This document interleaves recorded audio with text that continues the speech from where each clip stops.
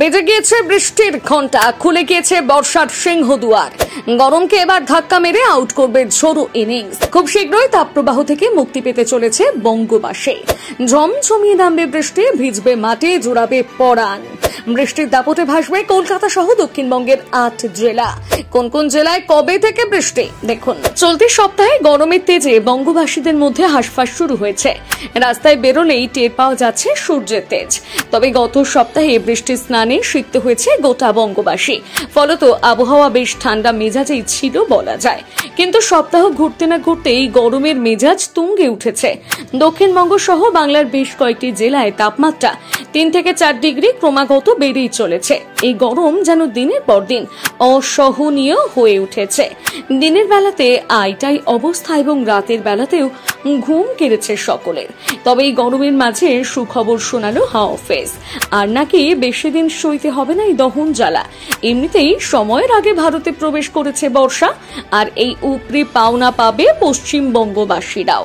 তথ্য অনুসারে আগামী সপ্তাহে বৃষ্টির সম্ভাবনা রয়েছে গোটা দক্ষিণবঙ্গ জুড়ে। সম্প্রতি আলিপুর আবহাওয়া দপ্তরের হাতে এসেছে আবহাওয়ার নয়া আপডেট। আর এই আপডেট অনুযায়ী আগামী 19শে মে থেকে দক্ষিণবঙ্গে ফের বৃষ্টি হওয়ার সম্ভাবনা রয়েছে। তবে তার আগে পর্যন্ত গরমের তীব্র যন্ত্রণা সহ্য করতে হবে গোটা বাংলাকে। বৃহস্পতিবার বাইরের তাপমাত্রা 35 ডিগ্রি পার করতে পারে। দিনের বেলা এবং রাতের বেলাতে অস্বস্তিকর গরমের পরিস্থিতি তৈরি হবে। একটু বেলা বাড়লে গরম টের পাবে বঙ্গবাসীরা। এমনকি শুক্রবারও আবহাওয়া কোনো পরিবর্তন দেখছে না আলিপুর আবহাওয়া দপ্তর। তবে শনিবার এবং রবিবার তাপপ্রবাহের সতর্কতা জারি করেছে হাওয়া অফিস। গোটা সপ্তাহ জুড়ে দক্ষিণবঙ্গের অবস্থা শুষ্ক থাকছে, কিন্তু রবিবার বিকেল থেকে আবহাওয়ার পরিবর্তন ঘটতে পারে। সকালের দিকে আকাশ ঝলমলে থাকলেও বিকেলের দিকে ঘনিয়ে আসতে পারে কালো মেঘের ছায়া। অর্থাৎ 18 মে থেকে দক্ষিণবঙ্গে বৃষ্টি হওয়ার সম্ভাবনা রয়েছে বলে মনে করছে আবহাওয়া দপ্তর।